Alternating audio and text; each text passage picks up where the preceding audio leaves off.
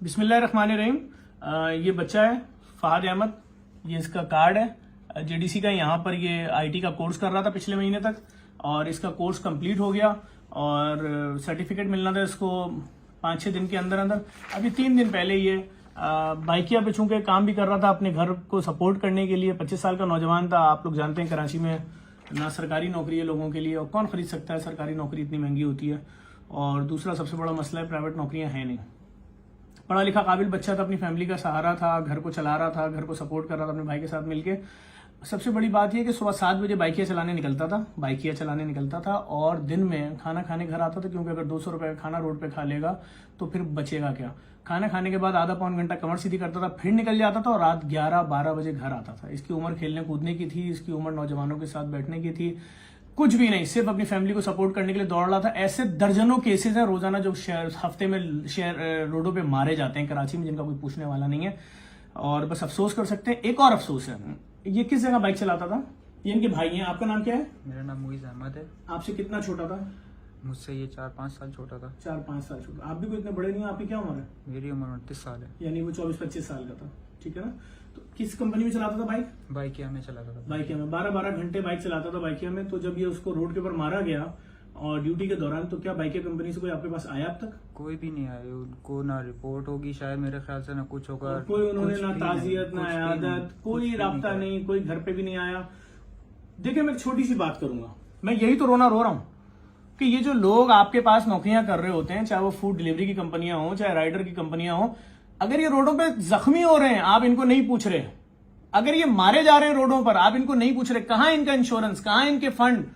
कोई सिस्टम है, कोई निजाम है ऐसा कि आपका एम्प्लॉय रोड पे मारा जा रहा है? चलो किसी माँ का बेटा था, आपको उससे कोई लेना देना नहीं, किसी बाप का बेटा था, किसी भाई का भाई था, किसी का शौहर था, किसी आपका कोई इंटरेस्ट नहीं, लेकिन आपका मुलाजिम था यार, उसको रोड पे मार के चले गए डकैत। सबको पता है ना डकैत पकड़े जाएंगे ना कुछ होगा, और पता नहीं कितनी माओं की गोदें उजाड़ देंगे।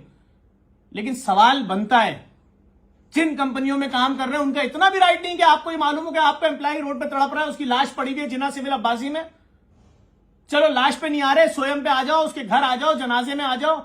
आज कितने दिन हो गए भाई के इंतकाल को, शहादत को? 15 तारीख को होता वो। आज कितने दिन हो गए टोटल? 3 दिन हो गए। कोई नहीं आया, कोई वजीर मिनिस्टर आया? कोई भी नहीं आया। कोई नहीं आया। इंसान मर गया, कोई नहीं आया। अफसोस कर सकते हैं, ये आपके भाई ने हमारे यहाँ कोर्स किया था भाई, और बेहतरीन नंबरों से उसने ये आईटी का कोर्स पास किया। ये उसका सर्टिफिकेट आपके भाई का, जो उसने चंद दिन पहले किया था। और ये आपके भाई की कारकर्दगी के ऊपर हमारी तरफ से ये गिफ्ट है भाई के लिए आपके 10 लाख रुपए का। वो नहीं है, उनकी वालदा तक उनकी अमानत पहुंचा दिएगा। हम इससे ज्यादा उनको गिफ्ट देते बड़ा, लेकिन हम एक छोटा सा इदारा है। लेकिन मैं फिर एक बात बोलूंगा, वो बच्चा जो 12 घंटे मोटरसाइकिल चला के अपने घर को सपोर्ट कर रहा था, अपनी बीमार माँ, अपने बुजुर्ग बाप को सपोर्ट कर रहा था, घर की आधी जिम्मेदारी उस पे थी, उसके जाने के बाद ये घर कैसे चलेंगे? हुकूमत तो ऐलान करे ऐसे लोगों के लिए भाई, कि जिनके जवान बच्चे रोडों में मारे जा रहे हैं। किसकी जिम्मेदारी है लोगों के जान के तहफ्फुज की, माल के तहफ्फुज की? एक माँ अपने बच्चे को पालती है, 25 साल तक जवान करती है, उसके अरमान होते हैं कि मैं अपने बेटे को दूल्हा बनाऊंगी, इसकी शादी होगी, इसके बच्चे होंगे, मेरे पोते पोतियां। उसको थोड़ी मालूम कि शादी से 1 साल पहले मेरा बच्चा कफन पहनेगा और मट्टी में लिटा के आ जाऊंगी। भाई आवाम के बच्चे हैं। मुझे मालूम है किसी वजीर मिनिस्टर के बच्चे के साथ कभी ऐसा नहीं हुआ। अगर डकैत आए हो, आपने अपने भाई की जब लाश वसूल की तो उसकी जेब से जो उस दिन की कमाई थी कितनी निकली? वो मेरे हाथ में है। अभी आपने मुझे दिखाई थी, मैं इसलिए लोगों को दिखाना चाह रहा हूँ।